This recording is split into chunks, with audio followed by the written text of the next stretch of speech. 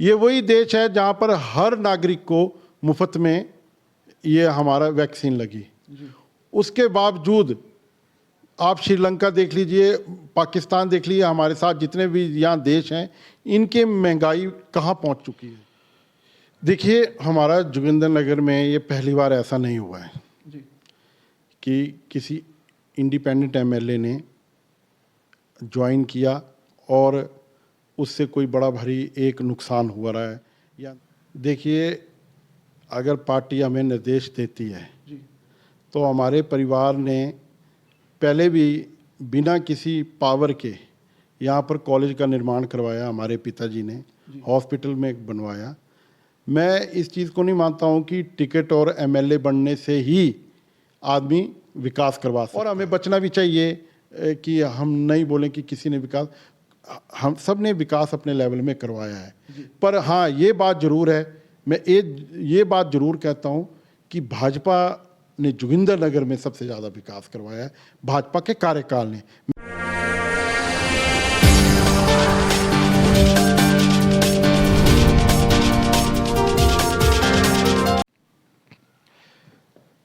नमस्कार, खबरकास्ट टीवी में आप सभी का स्वागत है। मैं मुनीश ठाकुर और अभी मैं मौजूद हूं जोगिंदरनगर उपमंडल में। जी हाँ, मेरे साथ आप जो शख्स देख रहे हैं इस टाइम, आप सभी जानते हैं भली भांति, जोगिंदरनगर जो हम ये कहें तो भाजपा मंडल अध्यक्ष पंकज जमवाल जी हमारे साथ मौजूद हैं। पंकज जी, आपका स्वागत है खबरकास्ट टीवी में। नमस्कार मुनीश जी, आज आपने यहाँ पर जो समय दिया और आपने मुझे जो इंटरव्यू में बुलाया है, इसके लिए मैं आपका स्वागत करता हूँ। जी धन्यवाद सर। सर, जिस तरीके से अब हम बात करेंगे चुनावों की, क्योंकि चुनाव जो हैं वो कहीं ना कहीं इसकी सरगर्मियां जो हैं बड़ी ज़ोर शोर से चल पड़ी है हिमाचल में, और 2022 के इलेक्शन जो है वो होने जा रहे हैं। बात हम करेंगे, और बात करने के साथ साथ आपसे कुछ, क्योंकि आप मंडल अध्यक्ष हैं जोगिंदरनगर के, तो आपसे हमारे सवाल भी रहेंगे।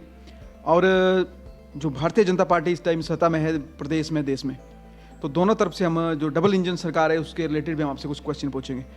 तो सबसे पहला हमारा क्वेश्चन यही रहेगा, हिमाचल से हम और जोगिंदरनगर से बेसिकली हम बात करना चाहेंगे कि भाजपा की जो सरकार है, क्या वो अभी हिमाचल की हम बात करें तो क्या रिपीट कर पाएगी इस बार? निश्चित तौर पर मुनीश जी, हमारी सरकार रिपीट करेगी जी। और आदरणीय जयराम जी ने इस कोरोना काल के बावजूद हमारे हिमाचल में विकास की बिल्कुल कमी नहीं आने दी। आदरणीय नरेंद्र भाई मोदी जी का पूरा यहाँ पर आशीर्वाद रहा और वो समय समय पर लगभग यहाँ पर 4 बारी हमारे हिमाचल में आ गए हैं। और अभी आप पीछे जैसे उन्होंने जो चीफ सेक्रेटरी लेवल की जो कॉन्फ्रेंस हुई थी, तब उन्होंने 2 दिन यहाँ पर बिताए थे। और ये हमारे लिए बड़ी खुशी की बात है कि माननीय मुख्य प्रधानमंत्री ने हमारे हिमाचल के साथ उनको एक विशेष लगाव है, क्योंकि वो यहाँ प्रभारी भी रहे हैं। अक्सर उन्होंने अपने भाषणों में कहा है कि मुझे हिमाचल से विशेष लगाव है, और उन्होंने विकास में कोई यहाँ पर कमी नहीं आने दी है। और सरकार ने तो इतने उम्दा काम किए हैं, हर कंस्टिट्यूंसी को लगभग करोड़ों की सौगातें दी हैं, और संगठन ने भी हमारे 5 साल बिल्कुल चैन से नहीं बैठा है। हमारा संगठन भी लगातार काम करता जा रहा है। तो निश्चित तौर पर हम इस बार रिपीट करेंगे और पिछली बार से ज़्यादा सीटें हम लेंगे। जी, जिस तरह से पंकज जी आपने कहा कि भारतीय जनता पार्टी जो है वो रिपीट करेगी हिमाचल में और आपकी सरकार बनेगी, सर इसकी रिलेटेड हम आपसे कुछ सवाल पूछेंगे, क्योंकि अभी जो जिस तरह से जो माहौल बना हुआ है और कांग्रेस कह रही है, जो विपक्ष में है इस टाइम बैठी हुई, जो है आरोप लगा भी रही है बीजेपी पे, क्योंकि महंगाई का मुद्दा वो उठा रहे हैं, और एक ओपीएस का मुद्दा, ओल्ड पेंशन स्कीम का जो ओपीएस का मुद्दा है, और दूसरे जो कर्मचारियों के मुद्दे हैं। क्या डबल इंजन की सरकार को और हिमाचल में हम ये कहें तो क्या इस हावी होने वाले हैं? देखिए मुनीश जी, महंगाई, कोरोना काल आपके सामने रहा जी। और पूरे विश्व में सबने ये बात मानी है कि भारत ने आदरणीय नरेंद्र भाई मोदी जी के नेतृत्व में सबसे अच्छे तरीके से कोरोना को टैकल किया। ये वही देश है जहाँ पर हर नागरिक को मुफ्त में ये हमारा वैक्सीन लगी। उसके बावजूद आप श्रीलंका देख लीजिए, पाकिस्तान देख लीजिए, हमारे साथ जितने भी यहाँ देश हैं, इनके महंगाई कहाँ पहुँच चुकी है। पर हमारे देश ने आदरणीय नरेंद्र भाई मोदी जी के नेतृत्व में इसको बिल्कुल कंट्रोल में रखा हुआ है। और जो महंगाई जो आसमान छू रही है पूरे विश्व में, हमारे देश में वो बिल्कुल एक लेवल में टिकी हुई है। और बात रही ओपीएस की, तो मैं पूछना चाहता हूँ, ये कांग्रेस गवर्नमेंट ने तो ओपीएस लाया हुआ था। आज जो कर्मचारी बोल रहे हैं हम इनके साथ हमारी पूरी सहानुभूति है, हम मना नहीं कर रहे हैं, पर इसी कांग्रेस सरकार ने ओपीएस उस समय लाया था। आदरणीय जयराम जी ने, मैं बोलता हूं, जितना फायदा कर्मचारियों को इन 5 सालों में हुआ है, अगर कर्मचारी अगर बिल्कुल मंथन करें और वो बैठें, तो सबसे ज़्यादा अगर कर्मचारियों को फायदा दिया है तो आदरणीय जयराम सरकार ने ही दिया है। जोगिंद्रनगर से अगर हम बात करें, अब तो जोगिंद्रनगर से जिस तरह से अभी जो रिसेंटली जो है यहाँ के जो एमएलए हैं श्री प्रकाश राणा जी, उन्होंने भारतीय जनता पार्टी को ज्वाइन किया है। हमारा क्वेश्चन ये रहेगा कि अब राणा जी के साथ जो है वो जो यहाँ के मंत्री थे ठाकुर गुलाब सिंह जी, उनके साथ चुनाव हुए और चुनाव में जो है वो ठाकुर गुलाब सिंह जी हार गए और इंडिपेंडेंट जो थे वो प्रकाश राणा जी जीत गए। अभी पार्टी उन्होंने ज्वाइन कर लिया भारतीय जनता पार्टी, लेकिन कहीं ना कहीं जो है वो कार्यकर्ता आप ये मान के चले तो नाखुश हैं। इसके बारे में क्या कहना चाहते हैं? देखिए, हमारा जोगिंद्रनगर में ये पहली बार ऐसा नहीं हुआ है जी। कि किसी इंडिपेंडेंट एमएलए ने ज्वाइन किया और उससे कोई बड़ा भारी एक नुकसान हुआ रहा है या नाराज हैं। आदरणीय ठाकुर गुलाब सिंह जी जब पार्टी में आए थे तो वो कांग्रेस से आए थे और हमारी सब कार्यकर्ताओं ने उनको अपनाया और जो उन्होंने अपनी पूरी राजनीतिक कैरियर में बुलंदियां जो देखी वो इस भाजपा सरकार में ही देखी। वो स्पीकर भी भाजपा सरकार में रहे, वो पीडब्ल्यूडी मिनिस्टर भी भाजपा सरकार में रहे और हमारा कार्यकर्ता उनके साथ बिल्कुल कंधे से कंधा मिलाकर चला। हमारे पिताजी ने ठाकुर गुलाब सिंह जी के विरुद्ध इलेक्शन लड़ा था, तब भी वो साथ चले। अब आज की स्थिति में प्रकाश राणा जी ने अगर भाजपा ज्वाइन की है तो एक बड़ी खुशी की बात है कि हमारी पार्टी और इसका एक दायरा बन गया। जो हमारे 25,000 जो हमारे समर्थन में जो वोट मिले थे पिछली बार ठाकुर गुलाब सिंह जी को, और अब इसका एक और हमारा परिवार बढ़ रहा है और विश्व की सबसे बड़ी पार्टी है और हम सबका स्वागत करते हैं।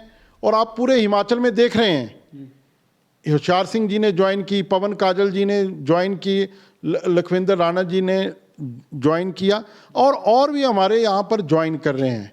हाँ, बात होती है, थोड़ा सा नाराजगी होती है, कार्यकर्ताओं में होती है, पर संगठन उसको संभालेगा। अभी 2 महीने इलेक्शंस में हैं और हम इस स्थिति को थोड़ा नॉर्मल लाना चाहेंगे और अगर हमारा परिवार बढ़ रहा है तो हमें इसमें खुशी जाहिर करनी चाहिए। जी सर, एक चीज़ और इसी में हम इंक्लूड करते हैं कि जिस तरह से ठाकुर गुलाब सिंह जी कहते हैं कि वो भी चुनाव लड़ेंगे और भारतीय जनता पार्टी से चुनाव लड़ेंगे, तब कहीं ना कहीं जो है अब मुझे लगता है कि जोगिंद्रनगर में गुटबाजी देखने को मिलेगी। क्या कहना चाहते हैं? देखिए, जोगिंद्रनगर में कोई गुट नहीं है। जोगिंद्रनगर में कमल का फूल है और भाजपा। आदरणीय गुलाब सिंह जी हमारे वरिष्ठ नेता हैं, अगर उन्होंने इच्छा जाहिर की है तो वो उनका एक दिल की बात है और वो कर भी सकते हैं। कुछ कार्यकर्ताओं ने भी मैंने सुना कि वो भी इच्छा जाहिर कर रहे हैं और जिनका हमारी पार्टी से कोई संबंध भी नहीं है वो भी इच्छा जाहिर कर रहे हैं कि हम बीजेपी से लड़ना चाहते हैं। तो ये लोकतंत्र है, हम मना किसी को नहीं कर सकते, उनकी अपनी व्यवस्था है, अपनी आस्था है और आपको तो खुशी होनी चाहिए और हमारे कार्यकर्ताओं को खुशी होनी चाहिए कि अभी भी बीजेपी रिपीट होने वाली है, तभी इसका इतना क्रेज बढ़ रहा है कि सब इसी से ही इलेक्शन लड़ना चाहते हैं।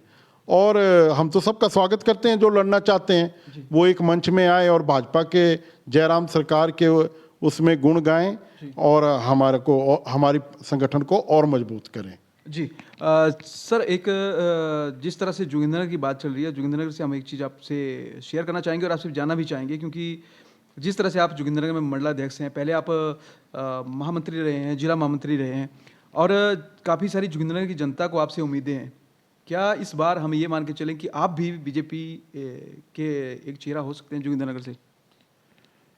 मैं मुनीश जी आपको थोड़ा इस बात को भी क्लियर कर दूं।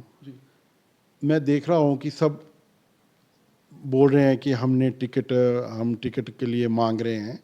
बीजेपी ने, अब भाजपा संगठन ने एक अपना अलग एक नया तरीका अपनाया हुआ है। इसमें कोई टिकट मांगने की किसी को कोई ज़रूरत नहीं है। वो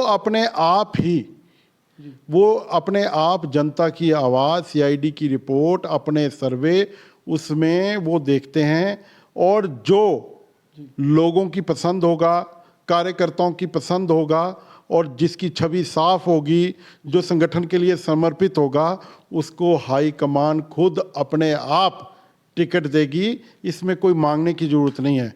और पार्टी जिसको भी टिकट देगी, हम उसके साथ तन मन धन सारा उसके साथ लगाएंगे। उसमें चाहे मैं हूँ, चाहे विधायक जी हैं, चाहे ठाकुर गुलाब सिंह जी हैं, चाहे और कोई भी है, हमें पार्टी जो हाईकमान हमें जो निर्देश देगी, हम उसी की पालना करेंगे। पर मुझे ये बात ठीक नहीं लगती कि हम हर इसमें अपने प्रेस कॉन्फ्रेंस में बोलें कि हम टिकट मांग रहे हैं। वो खुद ही भाजपा अपने आप तय करेगी। जी, जिस तरह सर कई कार्यकर्ता आपके भाजपा से ही हैं, वो कह रहे हैं कि उन्हें टिकट चाहिए। ठाकुर गुलाब सिंह जी कहते हैं कि उन्होंने टिकट के लिए वो भी खड़े होंगे और कहीं ना कहीं दावेदार हैं। और वैसे ही प्रकाश राणा जी की बात करें, जो अभी रिसेंटली में उन्होंने भारतीय जनता पार्टी को ज्वाइन किया है, तो वो भी यही कह रहे हैं कि टिकट के लिए वो भी कहीं ना कहीं लाइन पे हैं। और यदि हम बात आपकी करते हैं, यदि आपको टिकट कहीं मिल जाता है और जनता ये चाहे कि इस बार का जो टिकट है वो पंकज जी को मिले, और पंकज जी आपको टिकट मिलता है, और तो आप क्या कहना चाहते हैं? और अगर आप जीत के आते हैं, अगर आपको टिकट मिलता है और जोगिंद्रनगर से आपको जनता का सेवा करने का मौका मिलता है, तो हम आपसे जानना चाहेंगे कि जोगिंद्रनगर के लिए आपके कौन से ऐसे 3 काम है, प्राथमिक काम है, जो आप गिनवा दें जनता के लिए, वो करना चाहेंगे जीतने के बाद? देखिए, अगर पार्टी हमें निर्देश देती है जी, तो हमारे परिवार ने पहले भी बिना किसी पावर के यहाँ पर कॉलेज का निर्माण करवाया। हमारे पिताजी ने हॉस्पिटल में बनवाया। मैं इस चीज़ को नहीं मानता हूँ कि टिकट और एमएलए बनने से ही आदमी विकास करवा सकता है। जी, आदमी अपने आप भी मिलजुल कर, ये हम सब मिलकर पूरी जनता के समर्थन से हम विकास करवा सकते हैं। हाँ, आपने ये बात की, अगर पार्टी हमें यहाँ पर अगर निर्देश देती है, जी, तो मेरा मानना ये है कि जोगिंद्रनगर में हमारे भाजपा जब जब आई है, खुशहाली लेके आई है। चाहे आप देखिए तो सड़कों में सड़कें यहाँ पर जो बनी, वो भाजपा के समय में सबसे ज़्यादा बनी। जी, अगर आप देखें, अभी डिवीज़न आया, डीपू आया, और मतलब सड़कें बिल्कुल इन 5 सालों में बिल्कुल आप कंक्रीट और काली हुई हैं। उसमें सारा हमारा यहाँ पर काम हुआ। अब आईटीआई भी हम लेके आए यहाँ पर। हाँ, आने वाले समय में मैं ऐसा सोचता हूँ, अपने विचार हैं मेरे, कि यहाँ पर एजुकेशन इंस्टीट्यूशंस बड़े बड़े आने चाहिए। जैसे केंद्रीय हमारा फौजी इलाका है, अभी बड़ी खुशी की बात है कि यहाँ पर हमारी परमानेंट कंटीन आ गई, बढौल में हमारी कंटीन आ गई है। हाँ, केंद्रीय विद्यालय यहाँ पर आए तो हम उसके लिए पूरे प्रयास रहेंगे। यहाँ पर एजुकेशनल इंस्टीट्यूशंस आएँ, जैसे कि यहाँ पर इंजीनियरिंग कॉलेज आए, यहाँ पर और इतने अच्छे अच्छे इंस्टीट्यूशंस जो हैं वो यहाँ पर आएँ, जिससे कि यहाँ पर बाहर के लोगों का यहाँ पर आना ज़्यादा हो। हमारा पावर प्रोजेक्ट है नीचे, इसको मैं जल्दी से जल्दी यहाँ पर इसका निर्माण करवाना चाहते हैं, क्योंकि अगर इससे तो हमारी जो इनकम है, हमारे प्रदेश की भी और हमारे सारे बोर्ड की भी यहाँ पर इनकम बढ़ेगी। और यही है कि आयुर्वेदा का यहाँ पर हम ज़्यादा काम कर सकते हैं। तो मेरे यही और तो काम जो चले हैं वो हमारी सरकार कर ही रही है। और जैसे जल जीवन में हर घर में नलका लगा रहे हैं, अच्छी हमारी इस सरकार में विधायक जी ने भी बड़ी अच्छी स्कीमें लेके आए हैं। 1000 करोड़ के लगभग ये स्कीमें होंगी। तो काम तो हमारे बड़े अच्छे हो रहे हैं। तो मेरा ये मानना है कि अब एजुकेशन इंस्टीट्यूशंस या कोई बड़ा ऐसा है जिससे कि बाहर के लोग हमारे जोगिंद्रनगर में आएँ। तो मेरी ऐसी इच्छा है कि यहाँ पर इंस्टीट्यूशंस बड़े बड़े आएँ। जी, पर्यटक की दृष्टि से आप जोगिंद्रनगर को कैसे देखते हैं? पर्यटक की दृष्टि से तो जोगिंद्रनगर को अच्छा चला हुआ है। हमारा बीड़ जो है, बीड़ बिलिंग हमारे साथ लगता है, और उसमें हमारे जो कांगड़ा के उसमें भी है डिस्ट्रिक्ट में, और मंडी के में भी है। तो मंडी के लोगों को भी ज़्यादा फ़ायदा हो रहा है। और अभी जो हमारे टेम्पल्स हैं, जैसे चतुर्भुजा माता हैं, हमारी सरगुनी माता है, और हमारी बडेरी माता है, और हमारा छपरोट है, मछियाड़ है। ऐसे ऐसे हम इनको धीरे धीरे डेवलप करें, और कर भी रही है हमारी सरकार ने। इस 5 सालों में बहुत कुछ दिया है। और अभी बात लगी हुई थी तो एक रोपवे के लिए भी पूछा हुआ है विधायक प्राथमिकता में।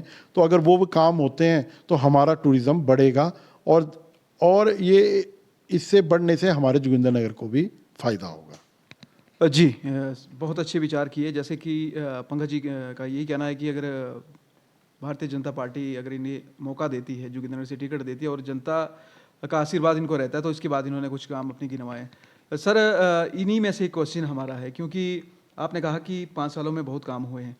हम थोड़ा सा सवाल इसी में के ऊपर करेंगे, क्योंकि आप मंडल अध्यक्ष हैं जोगिंदरनगर से, और क्वेश्चन हमारा इसके ऊपर बनता है क्योंकि आपने सुना भी होगा और देखा भी होगा कि जो हमारे विधायक साहब हैं प्रकाश राणा जी, वो कहते हैं कि 40 सालों में आज तक यहाँ पे कुछ नहीं हुआ। इसके ऊपर आप क्या कहना चाहते हैं? देखिए, ये निजी विचार हैं जी उन्होंने। मुझे ऐसा तो नहीं लगता है कि 40 साल में कुछ नहीं हुआ, ये बात तो नहीं हुई होगी। पर वो ये उनके कहने का अभिप्राय ये होगा कि जो इसको और अच्छा बनाएं हम। जी मुझे जो ऐसा लगता है, अब वो राजनीति में नए थे, उनको शायद उस समय ऐसा लगता होगा, और उनका ना कोई ऐसा राजनीतिक कोई कैरियर था कि वो शुरू से राजनीति में जैसे हम रहे हैं या हमारे और नेता रहे हैं। तो ऐसा उनका कहने का ये अभिप्राय नहीं था कि कुछ नहीं हुआ है, पर उनका ये था कि और जगह जो पहुँचे हैं हम नहीं पहुँच पाए हैं। हाँ, हमारा ये नित्य एक जो विकास है वो चलता रहता है। तो एक तो हमें मुझे तो ऐसा लगता है कि हर समय हर विधायक ने विकास करवाया है, चाहे कांग्रेस का विधायक था, चाहे इंडिपेंडेंट विधायक था, और बीजेपी के विधायक थे। सब ने अपने अपने लेवल में सब ने विकास करवाया है, क्योंकि सब लोग विकास करवाना चाहते हैं। और इन 5 सालों में इन्होंने भी विकास करवाया है। अब हम इनको भी नहीं झुठला सकते हैं कि कुछ कहते हैं कि 4.5 साल में कुछ नहीं हुआ। ऐसे ये बातें बड़ी एक छोटे लेवल की बातें होती हैं कि कुछ नहीं हुआ है। हर नेता चाहता है कि उसका इलाका तरक्की करे, और हमें बचना भी चाहिए कि हम नहीं बोलें कि किसी ने विकास, हम सब ने विकास अपने लेवल में करवाया है। पर हाँ, ये बात जरूर है, मैं ये बात जरूर कहता हूँ कि भाजपा ने जोगिंदरनगर में सबसे ज़्यादा विकास करवाया है, भाजपा के कार्यकाल ने। मैं ये नहीं कहता हूँ कि कांग्रेस ने नहीं करवाया, पर भाजपा जब आई है तो यहाँ पर खुशहाली लेके आई है। आदरणीय जयराम जी 6 बारी यहाँ पर आए, पर आप 2012 से 17 तक देखें तो आदरणीय उस समय के जो हमारे मुख्यमंत्री थे वीरभद्र जी 2 बारी आए हैं, और उन्होंने जो घोषणा की थी वो कोई घोषणा पूरी नहीं हुई थी उस समय देखें। पर हमारे जब भी हमारा समय जब आया है तो हमारे इस जोगिंदरनगर के लिए जब आदरणीय धूमल जी थे और गुलाब सिंह जी पीडब्ल्यूडी मिनिस्टर थे, तो मुझे लगता है कि 300 किलोमीटर तक सड़कें बनी थी, ऐसा सुनने में है। और लगभग यहाँ अच्छे इंस्टीट्यूट्स आए, और हमारा जोगिंदरनगर पहले ही बड़ी तरक्की कर चुका है। यहाँ तहसील पहले थी, एसडीएम पहले थे, मिनी सेक्रेटरीट हमारे बीजेपी की सरकार में आया। आपके मतलब सब जो हैं बीजेपी के सरकार में आया। इस समय आप देखिए इन 4.5 सालों में हमारा सब डिवीज़न आया, हमारा डिपू आया, यहाँ पर उप तहसील आई मकरीड़ी में, सब डिवीज़न मकरीड़ी पीडब्ल्यूडी आया। तो मतलब विकास की कोई कमी नहीं रही भाजपा में। ये मेरे कहने का अभिप्राय है कि भाजपा जब आई है तो जोगिंदरनगर में खुशहाली आई है। जी, आपने कहा कि भाजपा जब आई है जोगिंदरनगर में खुशहाली आई है। सर, हम इसके ऊपर एक छोटा सा क्वेश्चन करेंगे, क्योंकि जोगिंदरनगर का जिस तरह से हॉस्पिटल है, सिविल हॉस्पिटल की बात करते हैं, तो यहाँ जितने भी मरीज़ आते हैं उन्हें यहाँ से जो है उसको ट्रांसफ़र, एक हम कहें तो हॉस्पिटल का दर्जा भी अब दे दिया गया लोगों के द्वारा, क्योंकि ना यहाँ पे अभी डॉक्टर पूरे तैनात है, ना ही यहाँ पे अल्ट्रासाउंड्स हैं, नहीं दूसरी ऐसी कोई मशीनरी है, बड़ी मशीन्स हैं, या बड़े एक्सरेज हैं, अल्ट्रासाउंड सिस्टम नहीं है ढंग से। तो इसके ऊपर आप क्या कहना चाहते हैं? देखिए मुनीष जी, आप जो ये बात कह रहे हैं, मैं इस बात से आपसे सहमत नहीं हूँ। मैं जनता के क्या विचार हैं इसके बारे में एक अलग राय है। जो पीड़ित होता है वो शायद ज़्यादा अच्छे तरीके से बताता है। पर आप देखिए हमारे हॉस्पिटल की बिल्डिंग अव्वल बिल्डिंग है ये। जी इसमें लिफ्ट सिस्टम सारा है। अल्ट्रासाउंड की मशीन थी, पुरानी थी, पर माननीय मुख्यमंत्री जी ने बोला तो अब वो मशीन भी नहीं आ रही है। डॉक्टर मैं आपको बताऊं, हमेशा डॉक्टर यहाँ पर रहे हैं।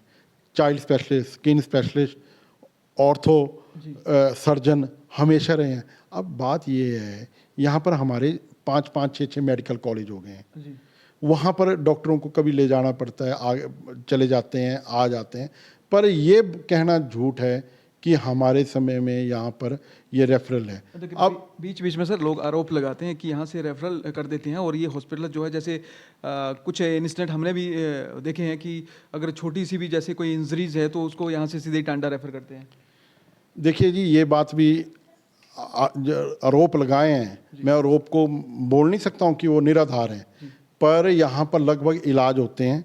और रेफर तो मुनीश जी टांडा से भी पीजीआई को करते हैं, पीजीआई से भी एम्स को रेफर करते हैं। और ये कभी यहाँ डॉक्टर इतने कम्पिटेंट डॉक्टर हैं और हमारे यहाँ के डॉक्टर्स अच्छे हैं, और ये रेफर बड़े जब इनको सिचुएशन ख़राब लगे तब ये करते हैं, जो मेरा मानना है। शायद मैं गलत भी हो सकता हूँ, पर मुझे नहीं लगता है कि डॉक्टर भगवान का रूप है कि वो किसी को एकदम में रेफ़र करेगा। अगर वो बड़ा सोच समझ कर भेजते हैं अगर किसी को भेजना है। पर हमारे जो लड़ बडोल देखिए आप, चाहे लड़ बडोल में एक बड़ी इतनी दिक्कत थी, उसको इस समय विधायक जी ने उसको दूर किया।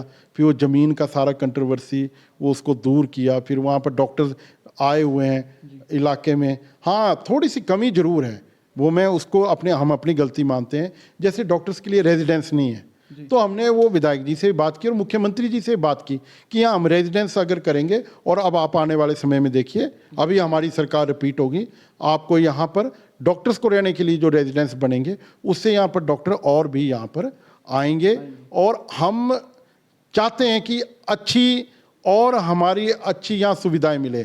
मैंने आपकी जो बात है उसमें भी मैं कोई दो राय नहीं रखता हूँ कि भाई बहुत ही क्लास का हॉस्पिटल है, पर ऐसा भी नहीं है कि बिल्कुल ये जो जैसा आरोप लगाते हैं। और मुझे नहीं लगता है, सबसे ज़्यादा यहाँ पर ओपीडी है।